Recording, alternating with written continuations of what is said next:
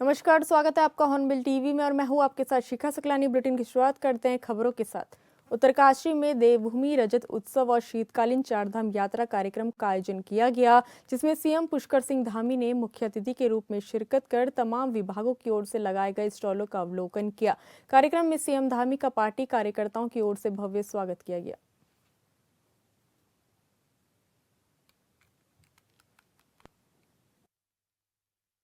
हमने भागीरथी नदी के तट पर 9 करोड़ रुपए की लागत से भटवाड़ी और डुंडा में बाढ़ सुरक्षा के कार्य भी कराए हैं। इसके अतिरिक्त हम पर्यटन को बढ़ावा देने के उद्देश्य से 13 डिस्ट्रिक्ट 13 डेस्टिनेशन योजना के अंतर्गत मौरी, हरकीदून और जथौल को एक पर्यटन सर्किट के रूप में विकसित करने की दिशा में भी काम कर रहे हैं। साथ ही वाइब्रेंट विलेज योजना के अंतर्गत जादूंग में उत्सव मैदान का निर्माण भी करा रहे हैं, ताकि सीमांत क्षेत्र में पर्यटन और रोजगार के नए अवसर सर्जित हों। भाइयों बहनों, आप सभी भली भांति जानते हैं कि प्राकृतिक आपदाओं को रोक पाना संभव नहीं है, लेकिन समय पर की गई तैयारी और त्वरित राहत बचाव कार्यों के द्वारा हम उनके होने वाले दुष्प्रभावों को कुछ हद तक कम कर सकते हैं। हमने सलकारा टनल हादसा हो या इसी वर्ष घराली आपदा हो, इसके समय में राहत और बचाव कार्यों को तत्काल रूप से प्रभावी ढंग से अंजाम दिया, जिसके परिणाम स्वरूप कई लोगों की जान बचाने में भी हम सफल हुए। परंतु उस भीषण हादसे ने हम सभी को कई महत्वपूर्ण सबक भी सिखाए हैं। हम अधिक ऊंचाई पर स्थित जो झीलें हैं, उनकी निरंतर निगरानी के लिए आधुनिक सेंसर लगाने का कार्य भी कर रहे हैं। इसके साथ ही अर्ली वार्निंग सिस्टम को और अधिक मजबूत कर रहे हैं, ताकि किसी भी संभावित आपदा की स्थिति में समय रहते लोगों को चेतावनी देकर उसके प्रभाव को न्यूनतम किया जा सके, कम से कम किया जा सके।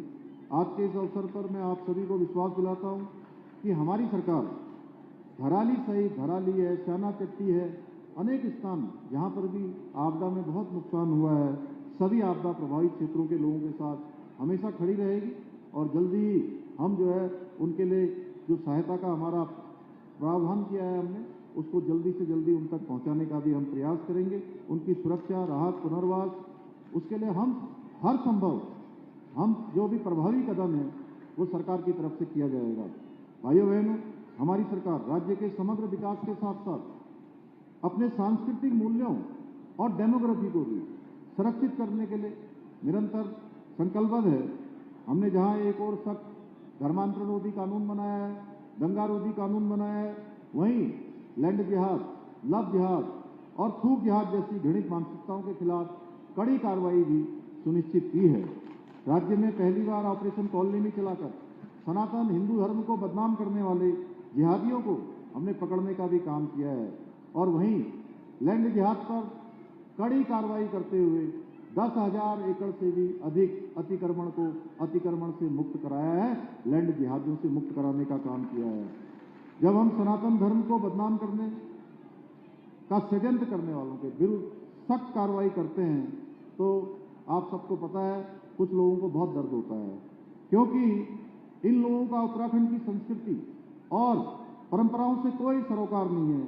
इन सभी लोगों को केवल और केवल अपने वोट बैंक को खुश करने के लिए ये हर काम करते हैं, हर कोई स्टेटमेंट देते हैं। इनको हमारे लैंड जिहाद पर कार्रवाई करने से भी दिक्कत है। जब हम लैंड जिहादियों पर कार्रवाई करते हैं, सरकारी अतिक्रमण मुक्त करवाते हैं, तो उसमें भी इनको परेशानी होती है। इन्हें ऐसा काम करने वाले, अतिक्रमण करने वाले, जिनका कोई नामो निशान नहीं था, कोई अस्तित्व नहीं था, उन पर जब हम कार्रवाई करते हैं तो उस पर तो इनको बड़ी परेशानी होती है। आज जब हम प्रदेश में हरा कपड़ा, नीला कपड़ा, पीला कपड़ा डालकर सरकारी भूमि पर कब्जा करने वालों पर भी कड़ी कार्रवाई कर रहे हैं, तो इसमें भी इनको परेशानी हो रही है। उनका कहना है कि हाँ, उनका भी उतना ही अधिकार है जितना यहाँ के लोगों का है। अब बताइए, इस प्रकार से कैसे संरक्षण इन लोगों के समय में हो सकता था, ये हमें समय सोचना पड़ेगा। आज जब हम घुसपैठियों को पकड़ रहे हैं तो उस पर भी इनको परेशानी है। अरे भाई, जो अच्छा काम कर रहे हैं, राज्य के अस्तित्व को, देवत्व को बचाने के लिए काम कर रहे हैं, उस पर तो राजनीति नहीं की जानी चाहिए, उस पर कोई पक्ष विपक्ष नहीं होना चाहिए।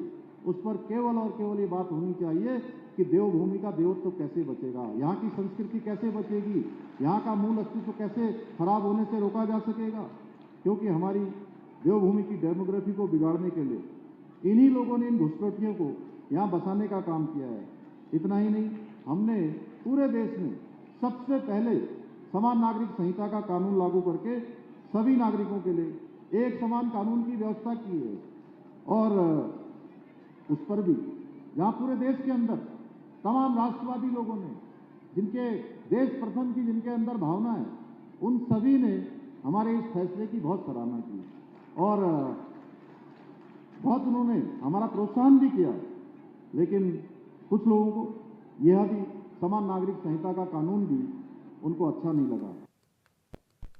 देहरादून में वीर बाल दिवस के उपलक्ष्य में IRDT सभागार में कार्यक्रम का आयोजन किया गया, जहां कैबिनेट मंत्री रेखा आर्य ने धर्म, न्याय और मानवता की रक्षा के लिए गुरु गोविंद सिंह के साहिबजादों के सर्वोच्च बलिदान को नमन किया और कहा कि शहीद साहिबजादे देश के हर बच्चे के लिए आदर्श है, जिनमें सत्य, साहस और आत्मबल की प्रेरणा मिलती है। और उन्होंने कहा कि बीजेपी सरकार ने इतिहास की उन महान प्रेरक घटनाओं को उचित सम्मान दिया है। कार्यक्रम में शूटिंग, टेबल टेनिस समेत कई खेल स्पर्धाओं में राष्ट्रीय स्तर पर उत्कृष्ट प्रदर्शन करने वाले बच्चों को सम्मानित भी किया गया।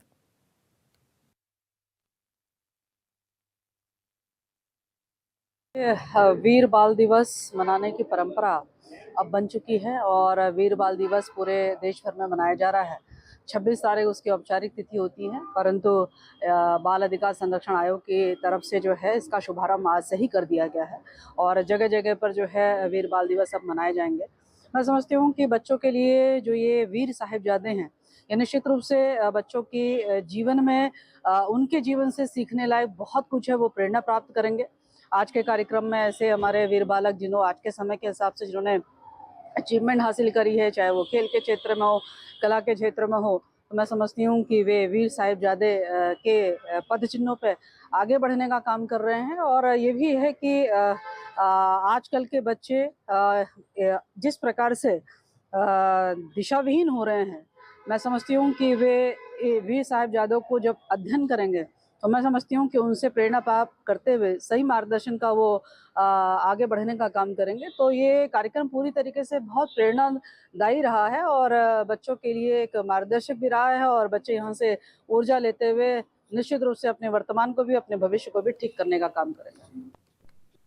केंद्रीय सड़क परिवहन राज्य मंत्री अजय टम्टा अल्मोड़ा पहुंचे, जहां उन्होंने स्थानीय स्टेडियम में आयोजित संसद खेल महोत्सव की शिरकत की। इस मौके पर मंत्री ने अल्मोड़ा, पिथौरागढ़, बागेश्वर और चंपावत से आए खिलाड़ियों से मुलाकात की। बता दें कि सांसद खेल कुंभ में तमाम प्रतियोगिताओं के लिए 900 प्रतिभागी भाग ले रहे हैं। कार्यक्रम को संबोधित करते हुए केंद्रीय मंत्री ने कहा कि प्रधानमंत्री नरेंद्र मोदी के प्रयास से देश भर में सांसद खेल कुंभ का आयोजित किया जा रहा है।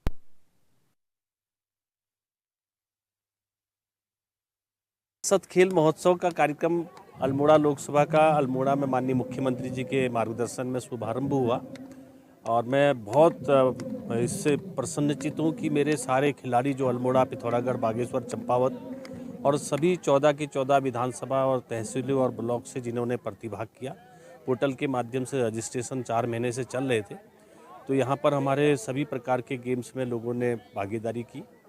एथलीट में, चाहे फुटबॉल में, बॉक्सिंग में और खो खो और बैडमिंटन, बॉक्सिंग, सारे लगभग सारे ही खेल थे और मैंने देखा कि बच्चों में बहुत सारा उत्साह है। आज ये तीसरा दिन हमारा है, कल भी हम समापन के लिए चौथा दिन के लिए कुछ स्पोर्ट्स रखे हैं और बच्चे बहुत प्रसन्नचित्त हैं और सबकी व्यवस्था बहुत अच्छी है। हमारे मार्गदर्शन में पूरे स्पोर्ट्स की टीम, हमारे लियाकत जी ने हमारे द्रोणाचार्य अवार्ड से हैं, इनके गाइडेंस में और सभी लोगों ने मिल करके, हमारे मेयर साहब सब लोगों ने मिलकर इसको ताकत प्रदान की। मैं समझता हूँ कि अल्मोड़ा में ये ऐतिहासिक सांसद खेल महोत्सव हो रहा है, इसमें बहुत प्रसन्न है। उत्तराखंड के हरिद्वार में अपराधियों का आतंक एक बार फिर सामने आया। लक्सर ओवरब्रिज पर बाइक सवार बदमाशों ने पुलिस की गाड़ी पर अंधाधुंध फायरिंग कर दी। इस गोलीबारी में पुलिस की गाड़ी में मौजूद मोस्ट वांटेड बदमाश विनय त्यागी को 2 गोलियां लगी है। वारदात को अंजाम देने के बाद बाइक सवार बदमाश मौके से फरार हो गए और पुलिस देखते ही रह गई। बताया जा रहा है कि बदमाश विनय त्यागी को पुलिस रुड़की से लक्सर कोर्ट में पेशी के लिए ला रही थी। तभी बीच रास्ते में लक्सर ओवरब्रिज पर बाइक सवार बदमाशों ने पुलिस की उस गाड़ी पर अंधाधुंध फायरिंग कर दी, जिसमें विनय त्यागी बैठा हुआ था। पुलिस तत्काल विनय त्यागी को लेकर हॉस्पिटल पहुंची, जहां प्राथमिक उपचार के बाद विनय त्यागी को डॉक्टरों ने हायर सेंटर रेफर कर दिया। विनय त्यागी पर लूट और डकैती समेत 40 से अधिक आपराधिक मुकदमे दर्ज हैं। आज विनय त्यागी की लक्सर एसजीएम कोर्ट में पेशी थी। इस घटना के बाद एसपी देहात समेत अन्य पुलिस अधिकारी मौके पर पहुंचे। पूरे इलाके में इस घटना के बाद डर का माहौल है। पुलिस महकमे में भी हड़कंप मचा है। पुलिस की कार्यशैली सवालों के घेरे में है और इसे लेकर एक वीडियो सोशल मीडिया पर वायरल हो रहा है। इसमें हाथ में हथियार लेकर अपराधी भीड़ के बीच भागता दिख रहा है। देखिए, करीब 15-20 मिनट पहले का घटनाक्रम है। वो अभियुक्तों को कोर्ट में पेश किया जा रहा था तो किसी अज्ञात हमलावरों ने जाम का फ़ायदा उठा करके या जो भी समझे उस पर फायर किया है। 2 गोलियां उसको लगी हैं और हाई सेंटर रेफ़र कर रखा है। बाकी हमारी टीमें लगातार चेकिंग कर रही हैं। जल्दी कौन लोग थे, क्या थे, उस पर हम कार्रवाई करेंगे और जल्दी लोगों को पकड़ लेंगे। सर, ये जिसे गोली लगी कौन है? ये आज कोर्ट पे इसकी पेशी थी और हार्डकोर क्रिमिनल बताया जा रहा है। कई सारे मुकदमे उस पे हैं, तो आज पेशी थी उसकी। एक पुलिस का रूटीन वर्क है, तो पुलिस उसको जब पेशी के लिए ला रही थी, रास्ते में उस पर ही अटैक हुआ। नाम क्या सर?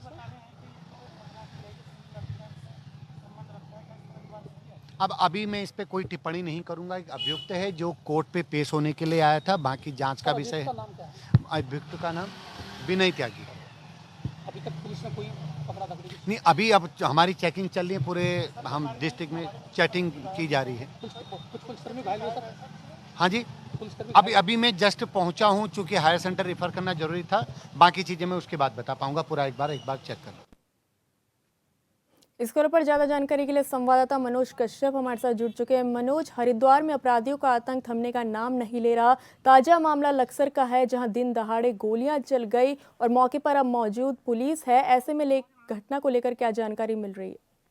बिल्कुल, जैसे देखिए, पिछले कुछ दिनों से लगातार जो हरिद्वार का क्राइम ग्राफ है वो ऊपर की साइड बढ़ने लगे, क्योंकि लगातार एक के बाद एक कई ऐसे घटना हरिद्वार में देखने के लिए मिले। हालांकि आज हरिद्वार का जो ग्रामीण क्षेत्र है लक्सर, वहां से एक डरा देने वाली तस्वीर सामने है, जहां पे दिन दहाड़े जो बदमाश थे वो आए और जो रुड़की की जेल से एक कुख्यात बदमाश विनय त्यागी को आज कोर्ट में पेशी के लिए ले जाया जा रहा था, उसके ऊपर जो है यहाँ पे फायरिंग की गई है। हालांकि फायरिंग में जो पुलिसकर्मी थे वो भी घायल हो गए उसकी चपेट में आने से। जो अपराधी था जिसके ऊपर ये फायरिंग की गई थी, उसकी हालत भी जो है अभी बताया जा रहा है कि काफी गंभीर है। उसको हायर सेंटर रेफर किया गया है। हालांकि पुलिस अधिकारी मौके पर पहुंचे, पूरे मामले की जांच कर रही है। फिलहाल से बड़ा अपडेट ये भी है निशी की फिलहाल जो बदमाश जिस बाइक से आए थे वो बाइक भी जो है कुछ दूरी पर ही लक्सर से, यानी कि जहाँ ये घटना हुई थी वहां से बरामद हो गई। लेकिन अभी तक पुलिस जो बदमाश थे उनको पकड़ने में कामयाब नहीं हो पाई। अब देखने वाली बात यही होगी कि कब जो है यहाँ पे पुलिस बदमाशों तक पहुंच पाएगी। फिलहाल पूरे जिले के अंदर जो है चेकिंग अभियान चल रहा है। चप्पे चप्पे पर जो पुलिस है वो जो है चेकिंग करके छापेमारी भी कर रही है इधर उधर जो तमाम इलाके। अब तमाम जो हरिद्वार के जो निवासी वो केवल इसी बात को कहते हुए दिखाई दे रहे हैं कि जब तक बदमाश नहीं पकड़े जाएंगे वो लोगों के लिए बिल्कुल खतरे, क्योंकि उनके पास में जो वेपन है, जो हथियार है, वो भी उनके पास में देखे गए। क्योंकि एक वीडियो जो है सोशल मीडिया पे भी तेजी से वायरल हो रही है, जिससे साफ तौर से देखा जा सकता है कि 2 बदमाश जो बाइक से आए थे उनके हाथ में हथियार भी देखे जा रहे हो। बेखौफ बदमाश सड़क के ऊपर फायरिंग की है और यहाँ पे इस फायरिंग में पुलिस के जो 2 सिपाही थे वो भी चपेट में आए हैं। जी निशी। मनोज, हमारे साथ जुड़ने और तमाम जानकारी साझा करने के लिए धन्यवाद। मसूरी के शहीद स्थल परिसर में पटरी व्यापारियों का अनिश्चितकालीन धरना लगातार जारी है। अपनी कई मांगों को लेकर दिन रात आंदोलन कर रहे पटरी व्यापारियों की ठंड के चलते हालत बिगड़ती जा रही है। इस बीच धरना स्थल पर एक महिला पटरी व्यापारी की अचानक तबीयत खराब हो गई। महिला को तत्काल अस्पताल पहुंचाया गया। पटरी व्यापारियों ने आरोप लगाया कि सरकार और प्रशासन उनके साथ लगातार भेदभाव कर रही है। उन्होंने स्पष्ट चेतावनी देते हुए कहा कि अंजाम चाहे जो भी हो, वो अपना प्रदर्शन जारी रखेंगे और अनिश्चितकालीन हड़ताल पर डटे रहेंगे। में जैसा कि हम देख रहे हैं कि अब पर्यटन सीजन आपके सीजन हमारा स्टार्ट हो चुका है और यहाँ पर जो हमारे जितने पटरी व्यापारी हैं इनके लिए बहुत ही मतलब दुख का क्षण यहाँ पर इन लोगों के लिए है। और जिस प्रकार से ये लोग आज इस टाइम पे इनका रोजगार जो चलना चाहिए था, दुगना दिन रात दुगनी चुगनी से उसको तरक्की होनी चाहिए थी रोजगार में, आज वो बेचारे धरने में उनको बैठना पड़ रहा है। बहुत ही बड़े दुख की बात है। और मैं समझता हूँ मसूरी का जो हमारा प्रशासन है, मसूरी नगर पालिका जो हमारी है, उनको वो इसमें संज्ञान नहीं ले रहे हैं। ये भी बड़े दुख की बात है। आज 4 दिन इन लोगों को यहाँ बैठे हो चुके हैं, कोई भी आपके सरकारी व्यक्ति यहाँ पर नहीं आया है। सरकार को इस तरफ ध्यान देना चाहिए। और ये देखिए, इनका किसी भी तरह, ये एक मसूरी की मैं समझता हूँ एक रीढ़ है। इनके बगैर अगर हम बोलें कि मसूरी आप किस तरह आपके तरक्की कर सकती, तो वो मुमकिन नहीं है। और इन लोगों के लिए सरकार को भी और हम सभी लोगों को, मसूरी वासियों को भी खड़ा होना चाहिए। इनके संगठन को और मजबूत करना चाहिए, इनके आंदोलन को और मजबूत करना पहले इसकी इतला कर दी थी प्रशासन को कि हम धरने में बैठे हैं। अब हम धरने में बैठे रहेंगे कंटिन्यू, बल्कि इससे ज़्यादा कल रात हम यहाँ पूरी रात बैठे रहे हैं और उसके बाद हम धरना प्रदर्शन और चक्का जाम वगैरह करने की कोशिश करेंगे। पर क्या मानते हैं, कार्निवल की शुरुआत हो गई है, ऐसे में यहाँ कार्निवल और आपका धरना दोनों संयुक्त रूप से चलेगा? संयुक्त। तो आप कार्यक्रम का विरोध नहीं कर रहे हैं? कार्यक्रम का विरोध नहीं, हम तो ये बरौनी का कार्यक्रम है, विरोध नहीं कर रहे हैं, क्योंकि हमारे गढ़वाल के। और कल भी कार्यक्रम होने हैं यहाँ पर? हाँ, कल भी कार्यक्रम होने हैं। हम वो नीचे करेंगे, हम पूरा जहाँ धरने की परमिशन है हमारी, हमारा धरना नहीं छोड़ेंगे। आप शहीद स्थल पे बैठे रहेंगे? हाँ, बैठे। टिहरी के लसियाल गांव में एक भाई ने अपनी मां और पत्नी के साथ मिलकर अपने ही छोटे भाई की हत्या करने की कोशिश की, जिसमें पीड़ित युवक को अपने दोनों हाथ गंवाने पड़े। बताया गया कि लसियाल गांव निवासी अंग्रेज सिंह का अपने परिवार के साथ किसी बात को लेकर विवाद हो गया था, जिसके बाद उसकी मां और भाभी ने मुंबई के एक होटल में काम कर रहे बड़े बेटे और अंग्रेज सिंह के बड़े भाई को गाँव बुलाया और तीनों ने मिलकर अंग्रेज सिंह पर चाकू और अन्य धारदार हथियारों से हमला कर दिया। पीड़ित का आरोप है कि हमले के दौरान उसके दोनों हाथों पर लगातार वार किए गए, जिससे उसके हाथों की हड्डियां बाहर निकल गई। इतना ही नहीं, उसके गले पर भी धारदार चाकू से वार किया गया। गंभीर हालत में घायल को अस्पताल पहुंचाया गया, जहां से उसे डॉक्टरों ने श्रीनगर बेस अस्पताल रेफर कर दिया, जहां डॉक्टरों ने स्थिति को नाजुक बताते हुए आनन फानन में उसके दोनों हाथ काट दिए। अगले दिन इलाज के बाद उसे घर भेज दिया गया। घटना के बाद अंग्रेज सिंह किसी तरह गाँव पहुंचे और थाने में शिकायत दर्ज कराई।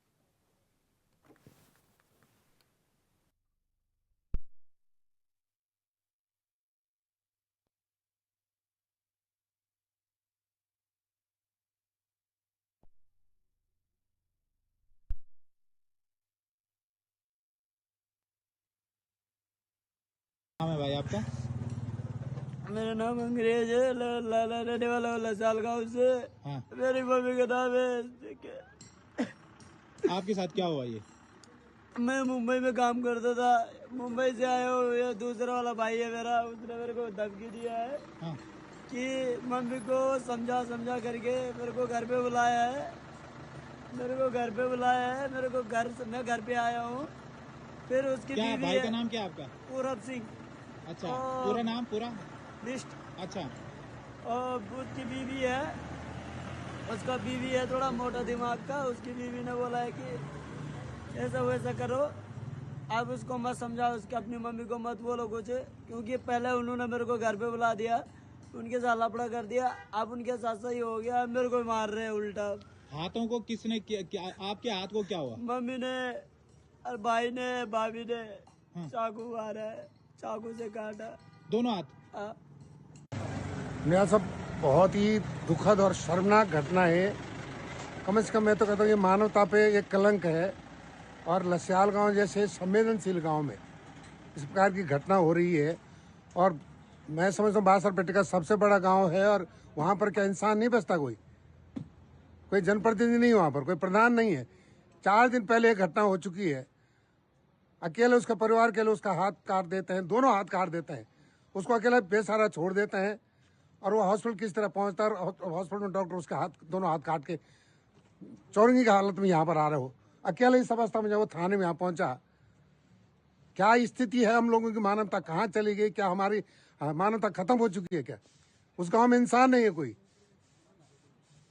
मुझे जब यह सूचना पता चली, मैं थाने में आया। अब यहाँ पता चला कि उन्होंने उसको आगे भेज दिया है, थाने में रिपोर्ट करने के लिए भेज दिया। और थाने के भी वो कहूँ मैं कि बहुत ही लापरवाही है कि आपने एक व्यक्ति को बिना सहारे के वो आपको वापस भेजा है। मैं थाना प्रभारी चमियाला से भी निवेदन करना चाहूँगा कि आपने ऐसे उसको कैसे भेज दिया? आपके अंदर भी मानवता नहीं है। आप उसको उसमें बिठा के भेज रहे हैं, यूटिलिटी में बिठा के भेज रहे हैं। आप जाने उसके साथ कोई नहीं है। आप मामलों खत्म करना चाहते हैं क्या? उत्तरकाशी के सीमांत विकास खंड भटवाड़ी की पहली बैठक में स्थानीय विधायक और जिला अधिकारी की मौजूदगी में जनप्रतिनिधियों ने अपने क्षेत्रों से लेकर जिला स्तरीय मुद्दे उठाए। इस दौरान जंगली जानवरों के हमले, सड़क और पेयजल में हो रही लापरवाही को लेकर जमकर हंगामा हुआ। क्षेत्र पंचायत सदस्यों का कहना है कि जिले में बैठे अधिकारी फोन उठाने को तैयार नहीं है।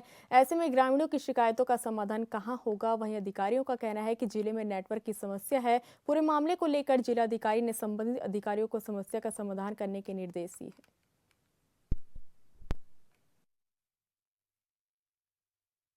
देखिए, विकास एक सतत प्रक्रिया है और हमारे सभी सम्मानित जो प्रधान क्षेत्र पंचायत, जिला पंचायत चुनकर आए हैं, उनकी प्रथम बीडीसी की बैठक है, तो उनको बधाई देने भी आया हूं, उनकी समस्या को सुनने भी आया हूं कि लगातार निरंतर सरकार जिस तरह से पंचायतों के साथ और पूरे गंगोत्री विधानसभा के लिए हम विकास के लिए लगातार प्रयासरत हैं। हमारे प्रदेश के यशस्वी मुख्यमंत्री लगातार निरंतर काम कर रहे हैं। आज हमारी तमाम, चाहे सड़कों की बात हो, चाहे नहरों की बात हो, अरबों रुपए की सड़क जो है गंगोत्री विधानसभा में स्वीकृत हुई हैं।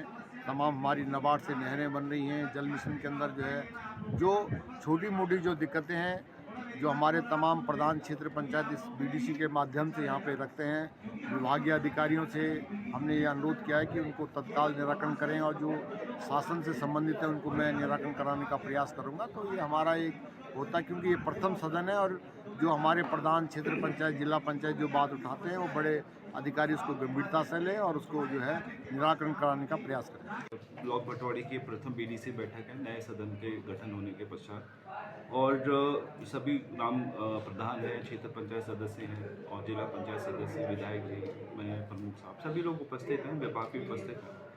देखिए, कहीं ना कहीं कुछ ना कुछ गैप हमेशा रहता है और हमेशा एक सुधार की भी चांसेस बने रहते हैं, उस पर हम लोग काम भी करते रहते हैं। तो ये जो बैठकें हैं ये बेसिकली वही एक मंच है जहाँ पर व्यक्ति अपने गांव में उसके सामने हर एक विभाग, अलग अलग विभाग, मैं भी जब अभी मैं सुन रहा था, जैसे PWD की बात थी, उद्यान की थी, समाज कल्याण की बात थी, सूचनाओं का जो आदान प्रदान है मेनली दिक्कत उसकी है। तो सूचना के आदान प्रदान में हमें टेक्नोलॉजी को जितना जल्दी, चाहे वो पंचायत स्तर पे हो चाहे मेरे विभागीय स्तर पे हो, अगर इसको हम जितना जल्दी अडॉप्ट कर पाएंगे उतना हमारा काम की गति आगे बढ़ेगी। नमस्कार, आज हमारे यहाँ स्तरीय पंचायत चुनाव की प्रथम बैठक थी, जिसमें आज हमारे मुख्य जो अतिथि थे वो माननीय विधायक जी थे, जिला अधिकारी महोदय हमारे समक्ष थे और तमाम विभाग के जितने भी अधिकारी थे आज यहाँ पर उपस्थित रहे और जनप्रतिनिधियों द्वारा बहुत सारी समस्याएं अवगत कराई गई। जिन समस्याओं को कुछ समस्याओं को हमने त्वरित कार्रवाई की और कुछ समस्याएं अभी हमारे इस सदन के माध्यम से उन पर कार्रवाई होनी है। सोशल मीडिया पर सिख गुरुओं पर की गई गलत टिप्पणी से डोईवाला सिख समुदाय में लोगों में आक्रोश है। भारी संख्या में सिख समुदाय के लोग डोईवाला कोतवाली पहुंचे, जहां उन्होंने टिप्पणी करने वाले व्यक्ति पर कड़ी कार्रवाई की मांग की। साथ ही नारेबाजी करते हुए कहा कि शासन प्रशासन ऐसे असामाजिक लोगों पर ठोस कार्रवाई करे।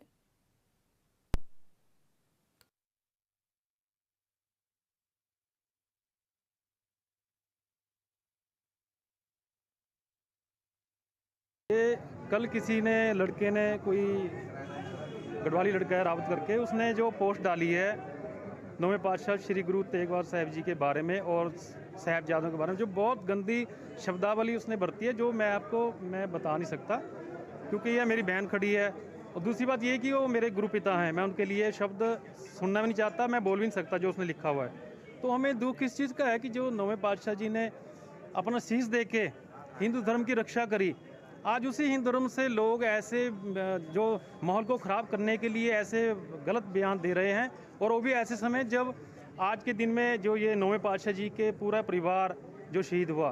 आज का इतिहास मैं आपको बताता हूँ। आज जो गुरु गोविंद सिंह जी के माता जी, सत्कारयोग माता गुजर कौर जी और छोटे साहिबजादे बाबा जुझार सिंह जी, बाबा जोरावर सिंह जी, बाबा फतेह सिंह जी, जो उनको कल की जो रात उन्होंने जो गंगू रसोइया था गुरु साहब जी के पास, बहुत साल उसने सेवा करी गुरु साहब की, जो खाना बनाता था, तो उसने दौलत के लालच में आके गुरु माता जी को और गुरु साहब जी के साहिबजादों को, जो मुगल शासक था उसने वजीर खान, उसके यहाँ शिकायत करके उनको। फिलहाल इस बुलेटिन में इतना ही। आप देखते रहिए हॉर्नबिल टीवी। नमस्कार।